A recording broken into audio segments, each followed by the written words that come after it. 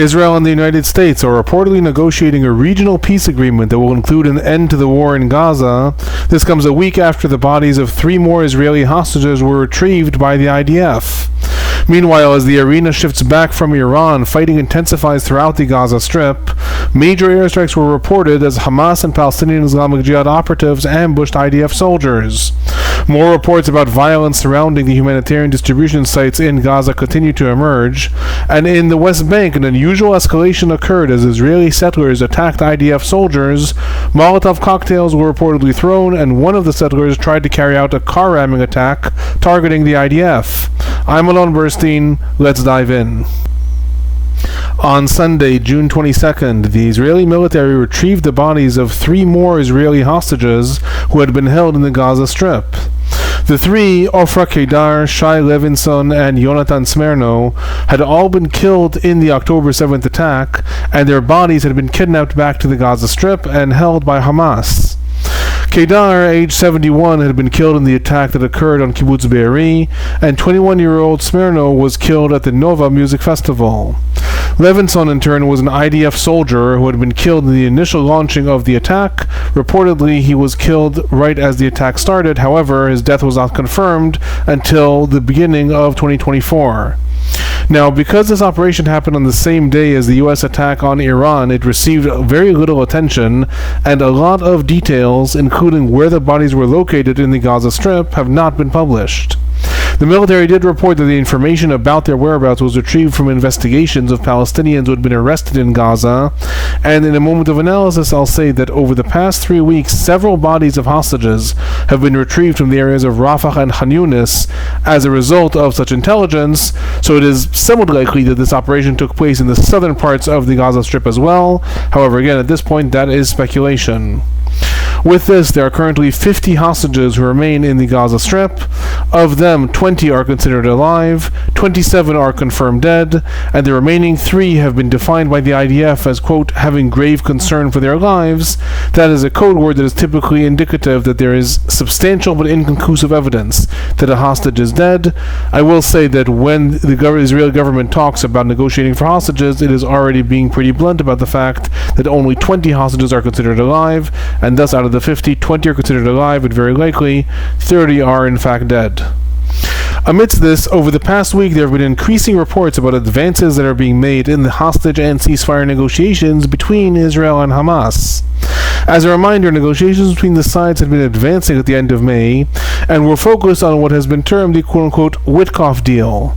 So what does this deal include? It focuses on a 60-day truce that will be declared between the sides, the release of 10 live Israeli hostages and the return of the bodies of half of the dead hostages in exchange for the release of Palestinian prisoners and the return of Palestinians' bodies that are held by Israel, entrance of humanitarian aid into Gaza, an IDF redeployment in Gaza, and negotiations over complete ceasefire and an end to the war.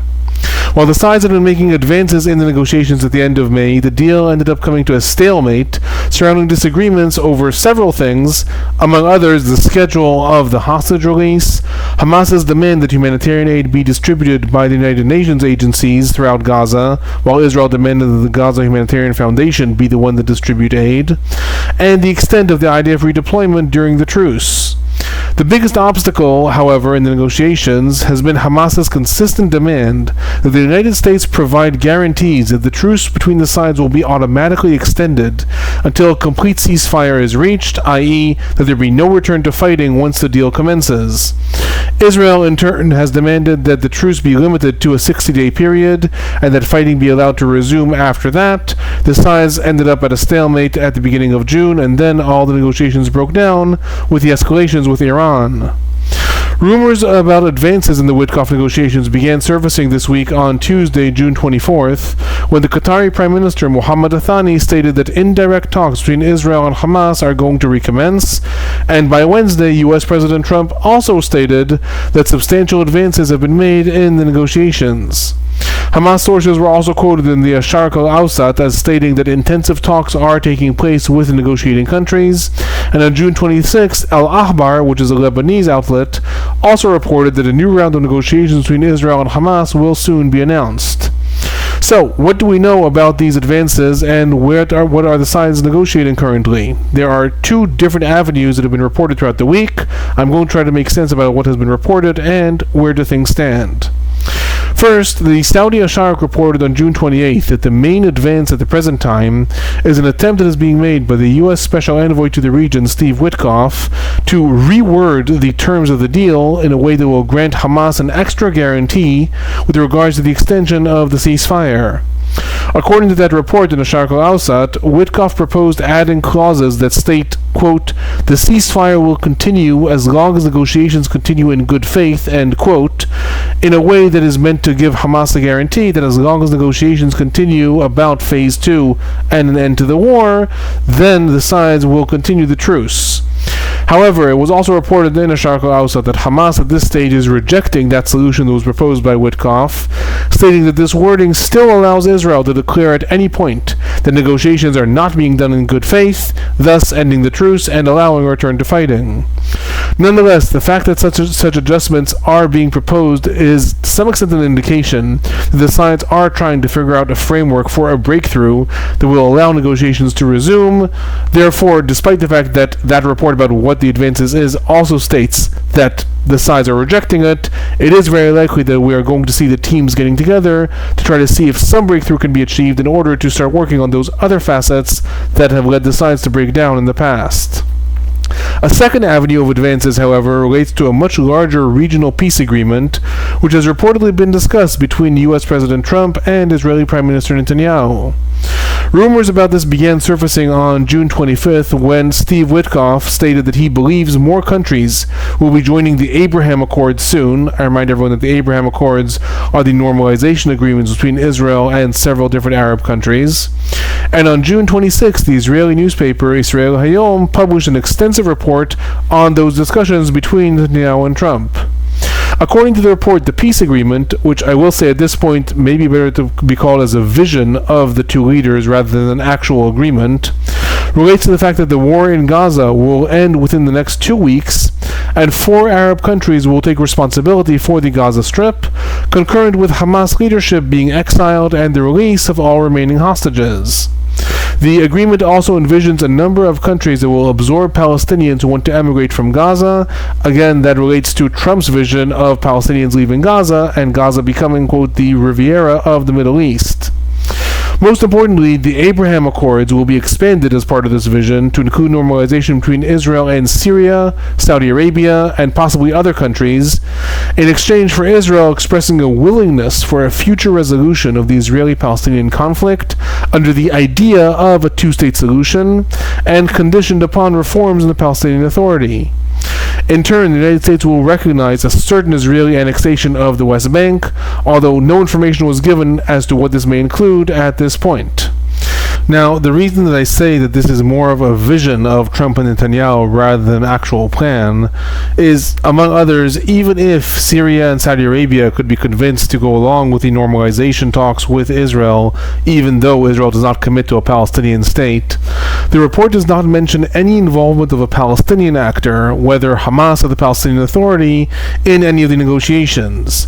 All the talks were reported are between Israel and the United States, and thus, just to take one example, it is unclear how the agreement would secure Hamas's all-of-a-sudden willingness to go into exile from the Gaza Strip, the release of all Israeli hostages. The report does not mention the release of any Palestinian prisoners, Hamas disarming in Gaza and other countries taking possession of Gaza, among the other things.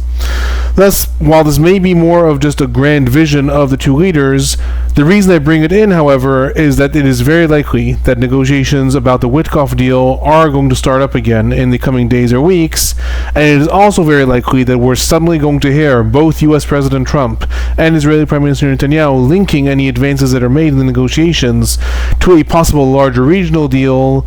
This may be part of an attempt to shift attention away from ending the war in Gaza, or an attempt to bring other Middle East countries to support the endeavor.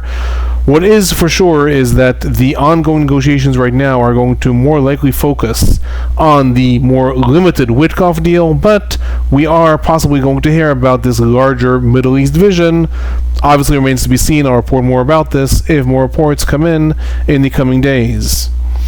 Moving from this to the ongoing fighting in the Gaza Strip. Intensive fighting has been reported throughout the past week, both in northern parts of the Gaza Strip, but primarily in the southern parts. In the northern parts of the Strip, on June 21st, evacuation orders were issued to Palestinians in the eastern parts of Gaza City, that is this main part of the northern part of the Gaza Strip up here, and on June 22nd, intensive battles were also reported in that area. Substantial airstrikes were reported throughout Gaza City in the following days, and on June 24th, the IDF issued evacuation orders to more areas of Gaza City, specifically the areas of Jabalia, Al-Nahada, and Al-Tufah. 4 days later, massive airstrikes were reported in the areas of Al-Tufah, reportedly killing over 20 Palestinians in that region. In addition to this, on July 27th, the Israeli military reported destroying a 1-kilometer tunnel in the areas of Beit Hanun, that is this area up here in the most northern part of the Gaza Strip. And on June 28th, the Palestinian Islamic Jihad reported an ambush that the Al-Quds brigades, that is the Jihad's military wing, carried out against the IDF forces in the eastern parts of Sajaiya, reportedly targeting Israeli soldiers with mortars. Alongside all this, the bulk of the fighting throughout the past week was reported in the southern parts of the Strip, specifically in the areas in and around Khan Yunis, that is the largest city in the Gaza Strip, this area over here. On June 23rd, Hamas published a 46-second video showing its operatives in Khan Yunis as they approached an IDF armored vehicle and carried out a prolonged shooting attack against it. The video goes on to show that the attackers then managed to get away and then also continued to carry out a shooting attack from afar. Then, between Tuesday and Wednesday, Hamas's Al-Qassam brigades carried out what appears to be an elaborate multi-phased ambush that is somewhat indicative of the new style of fighting that Hamas has embraced in the Gaza Strip, instead of colliding head-on with the IDF, carrying out more guerrilla-style operations. According to reports, and I emphasize that I'm piecing together a sequence of events based on both the IDF and the Al-Qassam statements, Hamas operatives ambushed IDF soldiers in the areas of Khan Yunis, targeting them with RPGs and gunfire. This led the Israeli Air Force to carry out airstrikes to try to stop that ambush in the region, and according to the IDF protocol, when airstrikes occur, IDF troops then enter into their vehicles in order to be protected from the airstrikes and shrapnel. However, this appears to have been part of a Hamas setup, and a different ambush then took place when a Hamas operative climbed aboard an armored vehicle right after the Israeli soldiers had all gotten in, and threw an explosive device into it, killing all 7 IDF soldiers in the attack.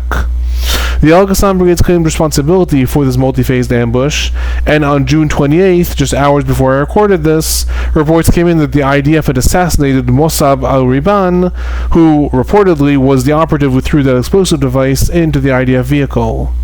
In addition to this, the Al-Quds brigades of the Palestinian Islamic Jihad also reported intensive battles in Khan Yunis on June 24th, and in the areas of Hamid City, that is the more northern parts of Khan Yunis, on June 27th, and also they reported detonating a roadside explosive device against IDF forces on June 28th. All this is indicative of the escalation and fighting that is going on in the Gaza Strip.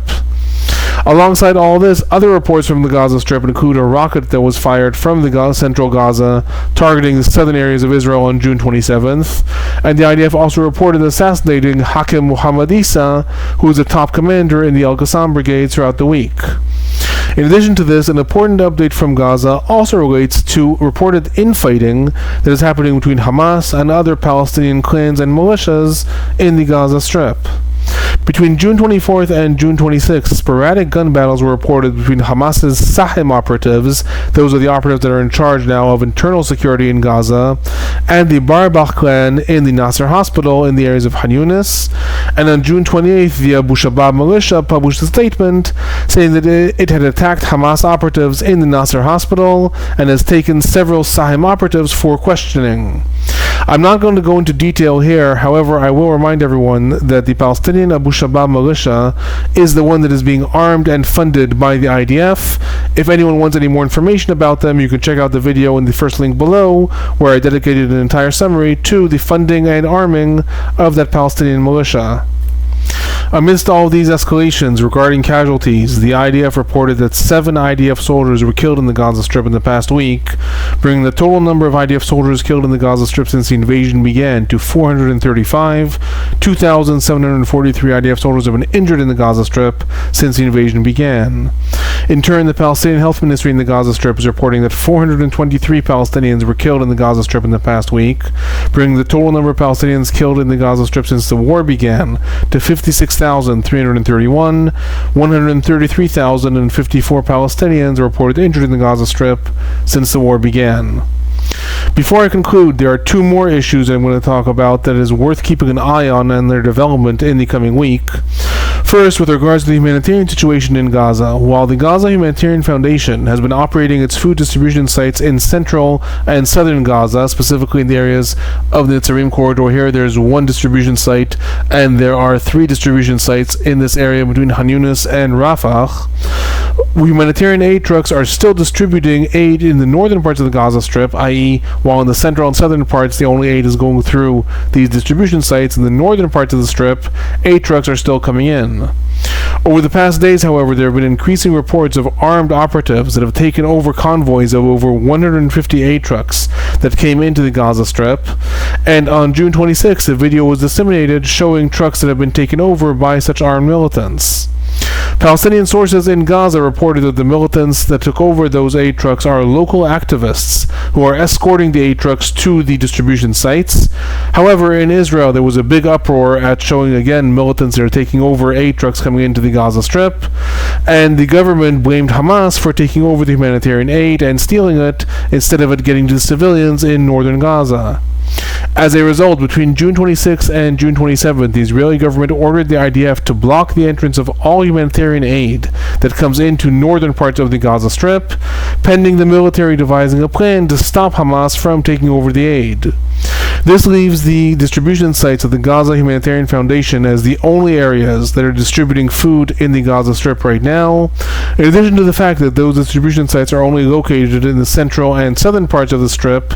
It is also important to note that they have become focal points of violence, with both substantial IDF fire being reported around them, as well as armed militants attempting to take over the aid in those areas as well. Again, the freezing of aid coming to the northern parts of the Gaza Strip is supposed to be a temporary measure until the IDF devises a new plan. Obviously, it remains to be seen. We may hear more about the situation in the northern parts of the Gaza Strip deteriorating in the coming days. A second issue that is worth noting is a series of unusual incidents that occurred in the West Bank, where attacks between Israeli settlers and IDF forces have been reported over the past days. The incidents began with a raid of Israeli settlers on the Palestinian Malik village that is near Ramallah on June 24th. They reportedly torched homes and cars in the area. After confrontations evolved, the IDF was called and 3 Palestinians were killed, and the IDF dispersed the settlers from the region.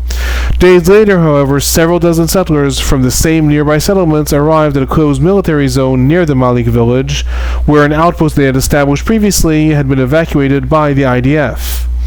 As the soldiers attempted to remove those settlers, reportedly 70 Israeli settlers also emerged, some of them wearing masks, and they started throwing stones at IDF soldiers and slashing the tires of the military vehicles. The IDF reportedly used crowd-dispersing equipment. However, later in the evening, another escalation continued to develop, with soldiers being physically attacked and a settler attempting a car ramming attack against IDF soldiers. There were also reports of another military vehicle that was attacked and Molotov cocktails that were thrown by settlers at the IDF vehicle. Later in the evening, a police caravan was also torched in the settlement of Beit El, with the words "Revenge" graffitied on it. Now, it's important to note that while such types of violence are quote-unquote typical in the West Bank between settlers and Palestinians, it is a lot less common that they occur on such high levels between the IDF and Israeli settlers. This has also caused quite an uproar within the Israeli government.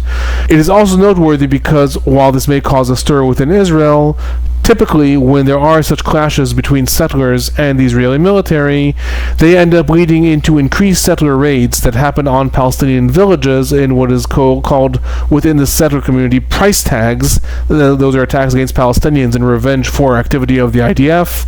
So again, we may hear more about that in the coming days. Those are my highlights on the latest developments in the Israel-Hamas war. If you find these reports informative, please do remember to hit that like button, subscribe, turn on notifications if you want to know when reports come out, send them on to anyone you think might be interested in such updates. If you have any questions or comments, feel free to leave them in the comment section below. I'm Alon Burstein. I'm a visiting assistant professor and Israel Institute fellow in the Department of Political Science at Tufts University. Thanks for watching.